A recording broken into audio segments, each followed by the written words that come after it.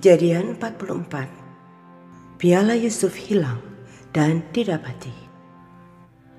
Sesudah itu diperintahkannya lah kepada kepala rumahnya, isilah karung orang-orang itu dengan gandum, seberapa yang dapat dibawa mereka, dan letakkanlah uang masing-masing di dalam mulut karungnya.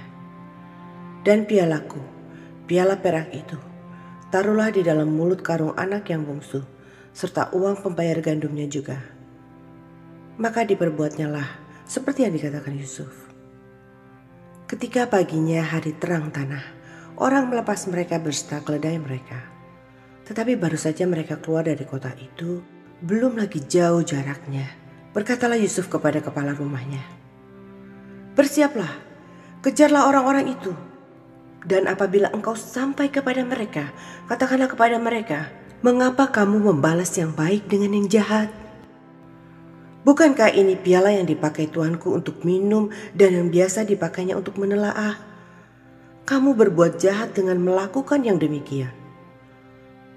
Ketika sampai kepada mereka, diberitakannya lah kepada mereka perkataan Yusuf itu. Jawab mereka kepadanya, "Mengapa tuanku mengatakan perkataan yang demikian? Jauhlah daripada hamba-hambamu ini untuk berbuat begitu. Bukankah uang yang kami dapati di dalam mulut karung kami telah kami bawa kembali kepadamu dari tanah Kanaan?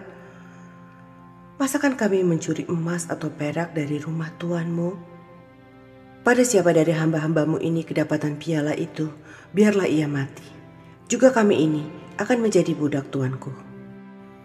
Sesudah itu berkatalah ia, "Ya, usulmu itu baik. Tetapi pada siapa kedapatan piala itu, hanya dialah yang akan menjadi budakku, dan kamu yang lain itu akan bebas dari salah." Lalu segeralah mereka masing-masing menurunkan karungnya ke tanah dan masing-masing membuka karungnya. Dan kepala rumah itu memeriksanya dengan teliti. Ia mulai dengan yang sulung sampai kepada yang bungsu. Maka kedapatanlah piala itu dalam karung Binyamin.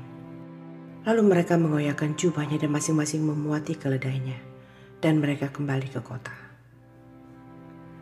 Ketika Yehuda dan saudara-saudaranya sampai ke dalam rumah Yusuf, Yusuf masih ada di situ.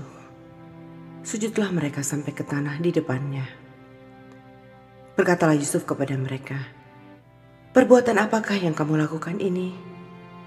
Tidakkah kamu tahu bahwa seorang yang seperti aku ini pasti dapat menelaah?" Sesudah itu berkatalah Yehuda, "Apakah yang akan kami katakan kepada tuanku? Apakah yang akan kami jawab?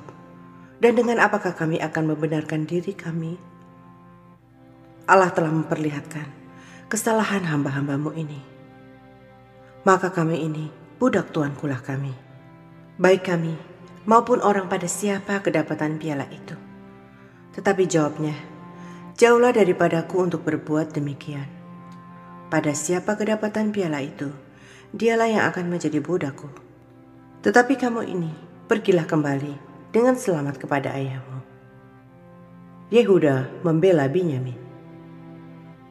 Lalu tampillah Yehuda mendekatinya dan berkata, "Mohon bicara tuanku. Izinkanlah kiranya hambamu ini mengucapkan sepatah kata kepada tuanku, dan janganlah kiranya bangkit amarahmu terhadap hambamu ini. Sebab tuanku adalah seperti Firaun sendiri.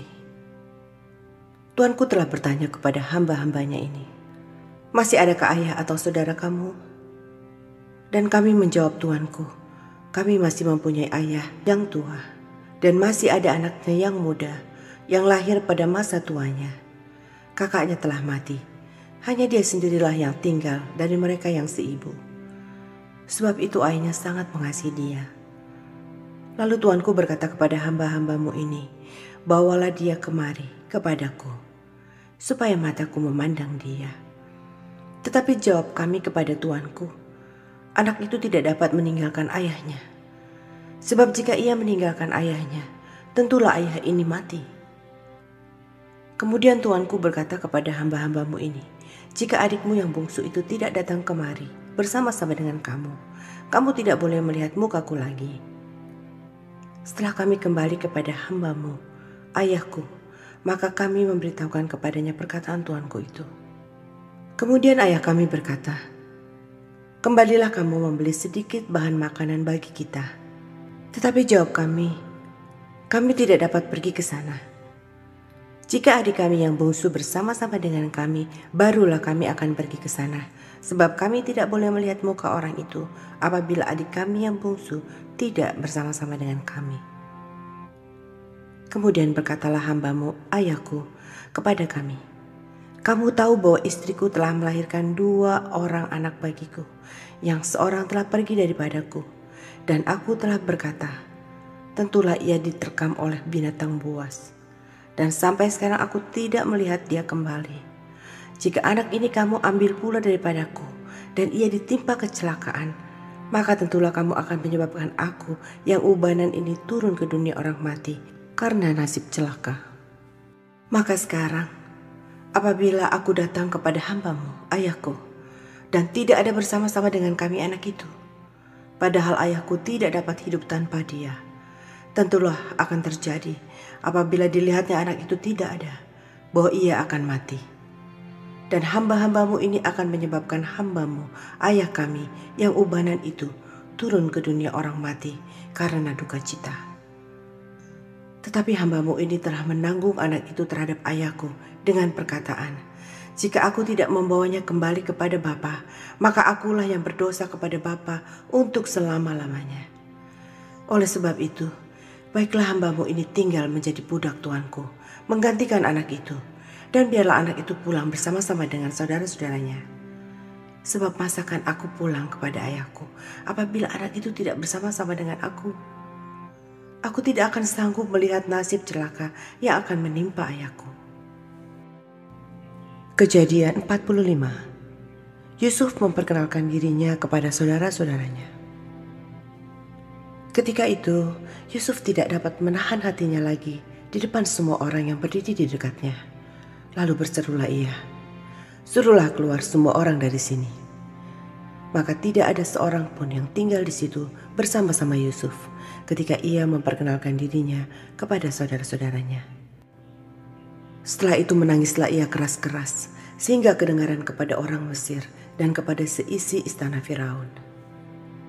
Dan Yusuf berkata kepada saudara-saudaranya, "Akulah Yusuf. Masih hidupkah Bapa?" Tetapi saudara-saudaranya tidak dapat menjawabnya sebab mereka takut dan gemetar menghadapi dia. Lalu kata Yusuf kepada saudara-saudaranya itu, "Marilah dekat-dekat." Maka mendekatlah mereka. Katanya lagi, "Akulah Yusuf saudaramu yang kamu jual ke Mesir. Tetapi sekarang janganlah bersusah hati dan janganlah menyesali diri karena kamu menjual aku ke sini. Sebab untuk memelihara kehidupanlah Allah menyuruh aku mendahului kamu. Karena telah 2 tahun ada kelaparan dalam negeri ini, dan selama 5 tahun lagi orang tidak akan membajak atau menuai. Maka Allah telah menyuruh aku mendahului kamu untuk menjamin kelanjutan keturunanmu di bumi ini dan untuk memelihara hidupmu, sehingga sebagian besar daripadamu tertolong. Jadi bukanlah kamu yang menyuruh aku ke sini, tetapi Allah. Dialah yang telah menempatkan aku sebagai bapa bagi Firaun dan tuan atas seluruh istananya dan sebagai kuasa atas seluruh tanah Mesir. Segeralah kamu kembali kepada Bapa dan katakanlah kepadanya, beginilah kata Yusuf, anakmu. Allah telah menempatkan aku sebagai tuan atas seluruh Mesir. Datanglah mendapatkan aku, janganlah tunggu-tunggu. Engkau akan tinggal di tanah Goshen dan akan dekat kepadaku. Engkau serta anak dan cucumu, kambing domba dan lembu sapimu, dan segala milikmu. Di sanalah aku memelihara engkau, sebab kelaparan ini masih ada 5 tahun lagi.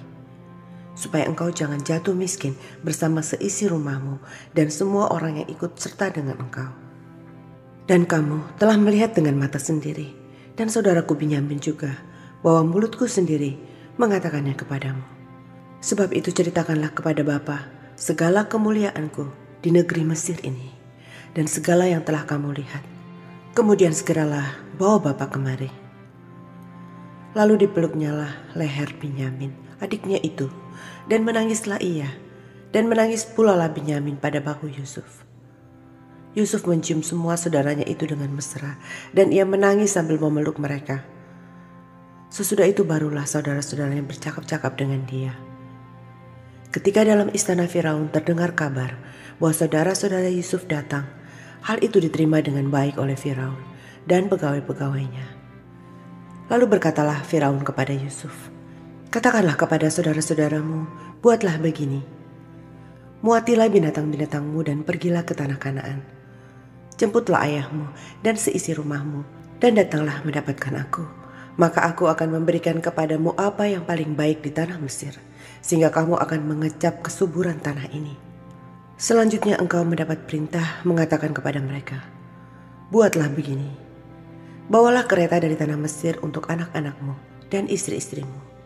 Jemputlah ayahmu dari sana dan datanglah kemari. Janganlah kamu merasa sayang meninggalkan barang-barangmu, sebab apa yang paling baik di seluruh tanah Mesir ini adalah milikmu." Demikianlah dilakukan oleh anak-anak Israel itu. Yusuf memberikan kereta kepada mereka menurut perintah Firaun.